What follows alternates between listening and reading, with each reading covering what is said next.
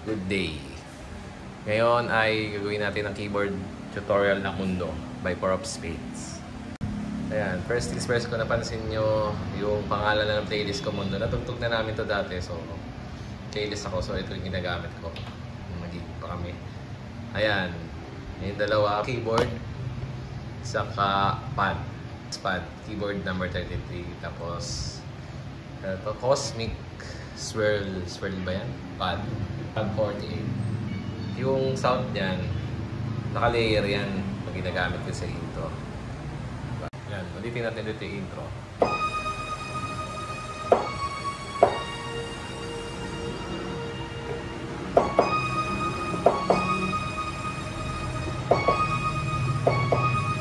Sa verse, ito yung pinaka-main chords ng buong song. Ito lang yun, B. Ako yung ginagawa kong B. Ito, pwede ganito. Yan. B sus 2. Suspended chord. B sus 2. Subtle lang siya. Tapos F sharp.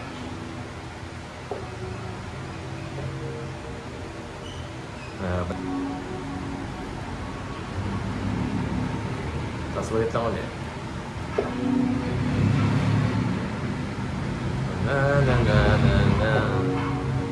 Ulit lang to hanggang mag-chorus. Tapos chorus. Aking sinta. Lahat naka-layer. Kita ba? Ayan, itong B flat na ano. E flat saka F sharp. Ikaw na ang tahanan at mundo sa pagbalik. Manatili na sa piling mo. Yan, after na nung chorus, verse 2. Ano yan? Tapos parang mag-ito siya sa grip, diba? Pero sa keyboard, parang wala na siya yung intro. Tenin. Ano na yung wag, mag-alala. Yung sa part na wag, may tunog yung synth doon. Pinutang ko, ayan, pad, ano na, dito pa. Pad 46, high bright. Ayan. Yung wag, pero BB siya doon. Medyo nag-swell yung sound. Alala, tapos saglit lang. Mahirapan, tapos balik mo na lang ulit sa ano. So, naka-de-expand tayo nung verse. Tapos F sharp. Yan, nasa-subtle lalat ulit yung sounds niya. Yan. Isan na.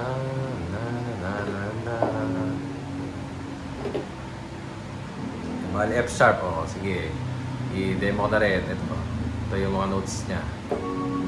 Yan yung sa F sharp. Pero binaba ko lang kasi mas malapit doon yung sound. Ito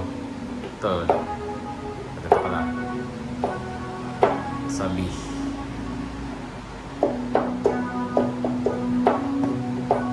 Yan. Kasi hindi nyo nakikita eh. Yan. Yun lang yung chords ng song. Diba yung una, yung dinemo natin sa verse 2. Tapos yung halika na.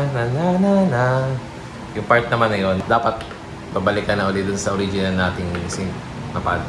So yung to. Na. Kasi yan, tapos yung magka-chorus na, kailangan naka-layer ulit. Tapos aking sinta, chorus ulit. Sinta, ikaw na ang tahanan at mundo. Chorus yun lang naman eh. Magiging bridge, di ba? Yung bridge, yung chords niya is G sharp minor. Tapos may solo siya. Ganun, di ba? Tapos D sharp minor. Tapos C sharp. Tapos ulit D minor. Sunod sa bawat galaw. Tapos F sharp. Pero yun nga, hindi masyadong rinig ang keyboard, so subtle lang kayo. C sharp. Tapos solo na, si Blaster.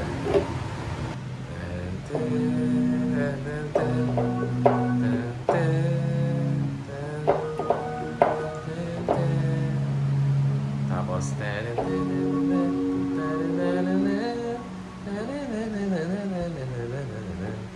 part na yon B. Pero yun nga, parang may effect na. Yan, ang gamit ko, yun, pinalitan natin yung sounds. So, lead 20 na siya. Basta ba? Lead 20, broken sign, at pad 65 naka-layer din. Halo pad. So, yun yung sa bridge. So, yung...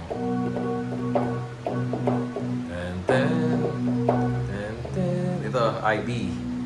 C sharp. Tapos, D sharp minor. Tapos, C sharp ulit. Tapos, F sharp. Pero kahit sumapan nyo ko, kasi hindi masyadong rinig yung synth. Tapos, sabihin na lang ulit.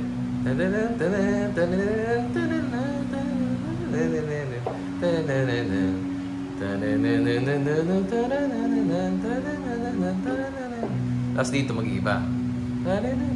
B chord pero isang kamay ko lang yan. Tapos C sharp.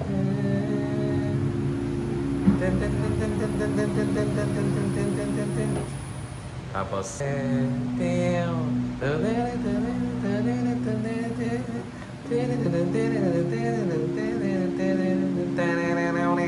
chorus ulit. Balik tayo sa solo.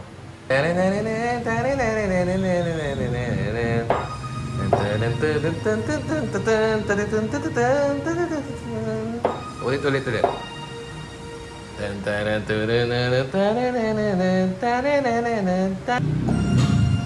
Yan, ganon. Tapos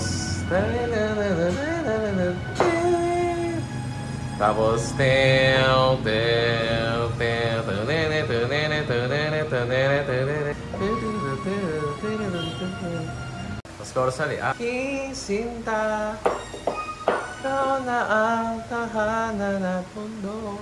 Ulit lang yan. Kaya matapos sa yung chorus. Ito yung sa ending. Ito'y magiging ikaw. Limutin na ang mundo. Kasama tayo. Sunod sa bawat galaw.